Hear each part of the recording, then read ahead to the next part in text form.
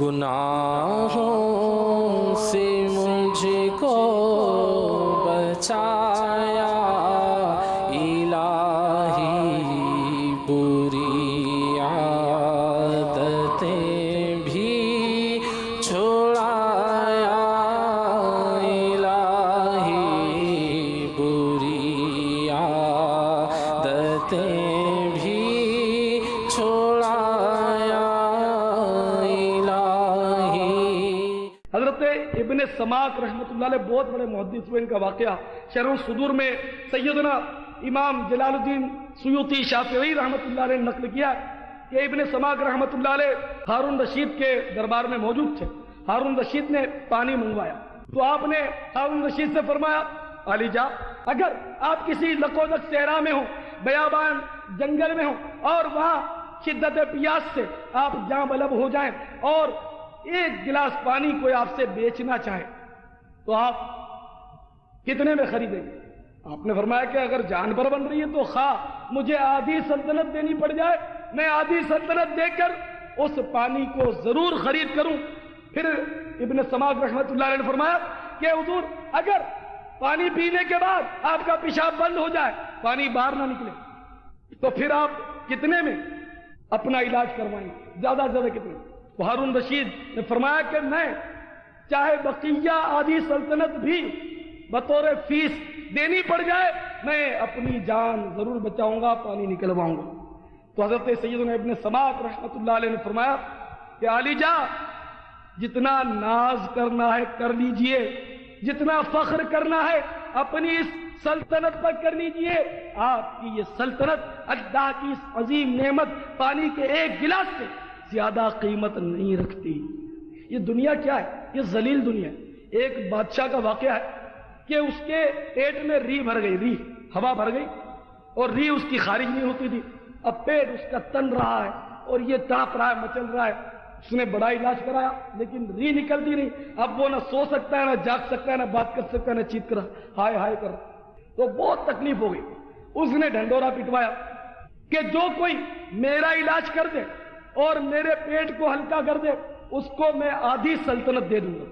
اور بھی ماہرین آئے، اسی سے بات نہیں بنی۔ ایک اللہ کے ولی کے کانوں سے اس کی بات ٹکرائی، وہ اس کے پاس پہنچ گئے اور فرمایا کہ میں تمہارا علاج کروں گا، لیکن شرط یہ ہے کہ آدھی سلطنت سے گزارا نہیں، پوری سلطنت اگر دینے کا وعدہ کرو پھر میں علاج کروں۔ اب آپ کو پتا ہے مرتا کیا نہ کرتا، وہ کہتے ہیں نا جان ہے تو جہان ہے۔ اس نے کہا مجھے منظور ہے، چاہے میری سلطنت ختم ہو جائے لیکن مجھے اب اس عذاب سے نجات دلا۔ آپ نے اس پر پڑھ کر کچھ دم کیا، اس کا پیٹ صحیح ہو گیا، بادشاہ خوش ہو گیا اور اس نے کہا کہ حضور بس اب میں درباریوں کو جمع کرتا ہوں اور اپنے استعفیٰ کا اعلان کرتا ہوں اور آپ کو بادشاہ بنایا جاتا ہے۔ تو وہ اللہ کے ولی مسکرائے۔ اللہ کے ولی ان کرسیوں کے پیچھے، اقتدار کے تخت کے پیچھے نہیں بھاگتے۔ میں صحیح عرض کروں، یہ حقیقت ہے کہ تخت سکندری پر وہ تھوکتے نہیں ہیں، بستر لگا ہوا ہے جن کا تیری گئی۔ تو ان کو کیا اس سلطنت سے سروکار؟ مسکرائے اور فرمانے لگے، اے بادشاہ، یہ سلطنت تجھے ہی مبارک ہے۔ یہ دنیا کی ذلیل سلطنت اور حکومت کو کیا کروں جس کی قیمت پیٹ کی گندی ہوا ہو۔ پیٹ کی گندی ہوا نکالی تو یہ سلطنت ملی نا فیس کے اندر۔ تو آپ نے دیکھا کہ یہ ہے دنیا جس کے پیچھے ہم بھاگ رہے ہیں۔ آپ دیکھیں جتنا ہم کماتے ہیں کیا اتنا کھا بھی ڈالتے ہیں، بینک بیلنس جمع کر رکھا ہے، اور جتنا مال زیادہ ہوتا ہے آپ کو پتا ہے وہ مال ہے، آخرت میں تو ہے ہی ہے، دنیا میں بھی نہیں ہے۔ کیا دنیا میں نہیں ہے؟ کیا آپ نے سنا کوئی ڈاکو کسی غریب کے بچے کو بھی اغوا کرتا ہو؟ تو مالدار کے بچے کو لے جاتا ہے، پھر وہ کہتا ہے وہ 5 لاکھ دو اور چھڑا دو، وہ فلاں زمیندار صاحب 10 لاکھ دو اور اپنا بچہ لے جاؤ۔ اور ڈاکو ڈاکہ بھی ڈالتا ہے تو ذرا بنگلوں میں ڈالتا ہے، کوٹھیوں میں ڈالتا ہے، کیا جھگیوں میں بھی ڈاکہ پڑتا ہے کبھی؟ یا چھوٹے چھوٹے کوارٹروں میں؟ نہیں، کبھی نہیں۔ یہ عام طور پر مطلب تو دنیا میں بھی وبال ہے کہ مالدار کی جان بیچاری کی پھنسی رہتی ہے کہ اب پھنسے کہ اب پھنسے۔ تو میرے پیارے اسلامی بھائیوں، میں یہ نہیں کہتا کہ آپ بالکل اپنا مال سب اللہ کی راہ میں لٹا دیں۔ کسب حلال بہرحال یہ بھی ضروری ہے کہ طبرانی شریف کی حدیث ہے، طلب الحلال واجب علی کل مسلم، کہ حلال روزی طلب کرنا یہ تمام مسلمانوں پر واجب ہے، قدر ضرور۔ لیکن یہ حلال اور حرام کی کوئی تمیز ہی نہیں، کہاں کا حلال اور کہاں کا حرام جو صاحب دے وہ چٹ کیجیے، جو بھی مل گیا ہم تو مطلب انہیں کہ مال جمع کرنا چاہتے ہیں، لیکن یاد رکھیے میرے بھائیوں، ان قریب وہ وقت آئے گا، ہو سکتا ہے کہ شور پڑ جائے کہ ہائے بیچارہ کڑیل جوان اور اس کا یہ ہو گیا۔ کراچی میں، ہمارے کراچی میں ایک ڈاکہ پڑا، اس میں 2 بھائی میرا خیال مارے گئے، 2 بھائی اور کچھ زخمی بھی ہوئے۔ ان 2 بھائیوں میں ایک بھائی کی 1.5 مہینے کے بعد شادی ہونے والی تھی۔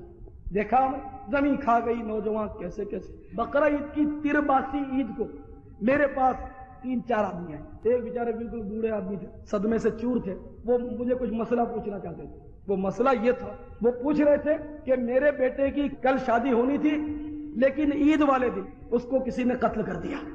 مسئلہ یہ پوچھنا ہے کہ میری ہونے والی جو بہو تھی، اس کی بیوی، وہ مہندی میں بیٹھی ہوئی ہے، تو اس کی عدت کی مدت کیا ہے؟ خیر میں نے اس کو سمجھایا کہ یہ مہندی کی جو رسم ہے نا، یہ کوئی شرعی رسم نہیں، کئی حدیثوں میں اس کا ذکر نہیں۔ یہ جو آپ لوگ کرتے ہیں مطلب فنکشن اور یہ مطلب گانے باجے فلمیں، یہ کوئی سنت تھوڑی ہے۔ شادی میٹھی میٹھی سنت بے شک ہے، لیکن اس میں جو حرام اور ناجائز کام ہم مسلمان اب کرنے لگے، الامان رکھیں۔ تو بہرحال میں نے عرض کیا کہ چونکہ اس کی شادی نہیں، تو منگیتر تھی، شادی نہیں ہوئی، اس لیے اس کی عدت کوئی نہیں، شادی نہیں ہوئی، عدت کوئی نہیں، وہ بالکل آزاد ہے، بالکل آزاد ہے۔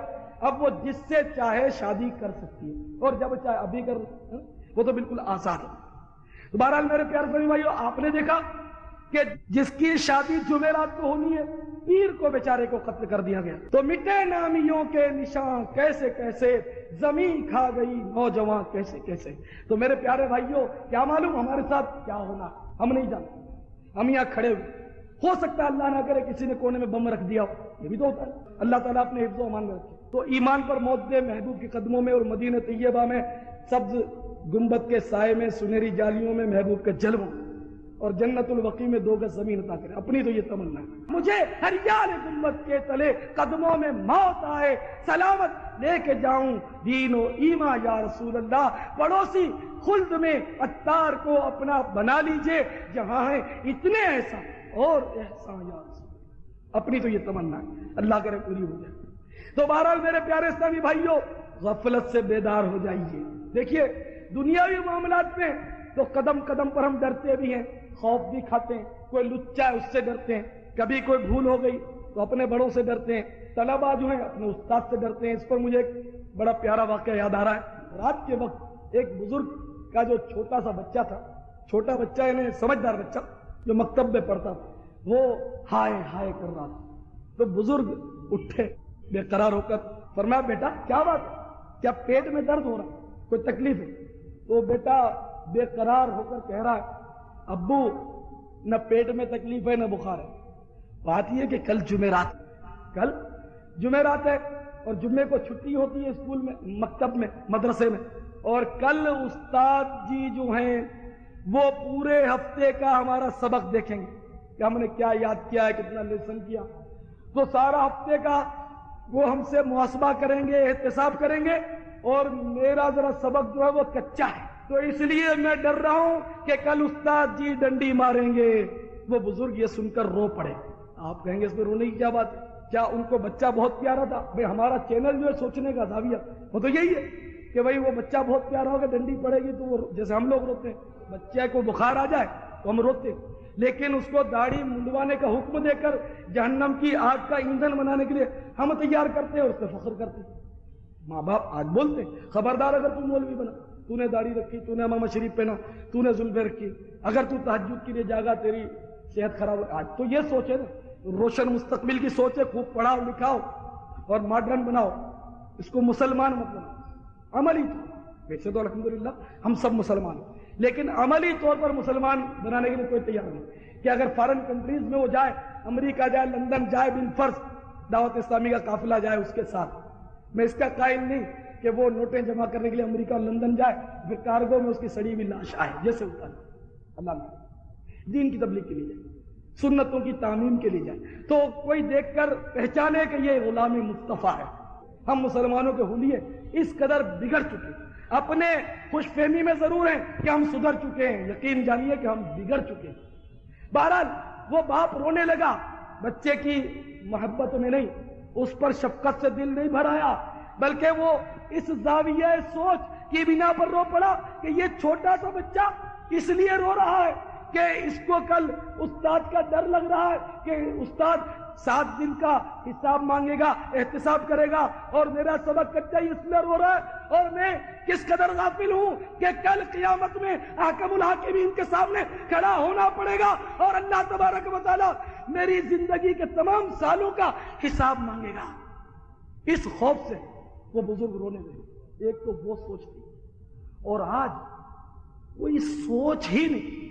حقیقت یہ ہے کہ اپنی آخرت کی کسی کو فکر ہی نہیں، کسی کو پڑی نہیں۔ یہاں تک کہ اگر مرنے والے کے لیے کوئی روتا بھی ہے، کوئی کیا، سبھی روتے ہیں، مرنے والے کے لیے روتے ہیں تو وہ اس طرح روتے ہیں کہ ہائے میرے بڑھاپے کا سہارا چلا گیا، ارے ہماری گھر کی رونق تھی، یہ ہنستا تھا تو پھول جھڑتے تھے، یہ باتیں کرتا تھا تو دل باغ باغ ہو جاتا تھا، اب یہ چلا گیا، ہمارا گھر سونا ہو گیا، ہماری دکان ٹھپ ہو گئی، اب ٹیکسیشن ڈپارٹمنٹ والے آئیں گے تو یہ بڑا ذہین تھا، کم رشوت میں سودا کر لیا کرتا تھا، اب وہ کیسے ایکسائز والوں کو ٹرکھائے گا، اب کون ہوگا۔ یہ ایک مثال ہے۔ اس لیے آج بندے اپنے اولاد یا اپنے ماں باپ کی محبت میں صرف نفسیاتی طور پر روتے، کوئی یہ نہیں سوچتا ہائے کیا ہوگا کہ میرا لال بے نمازی تھا، نماز میں سستی کرنے والوں کو قبر دباتی ہے، دیواریں مل جاتی ہیں اور پسلیاں ٹوٹ پھوٹ جاتی ہیں۔ اب میرے نازک لال کا کیا ہوگا؟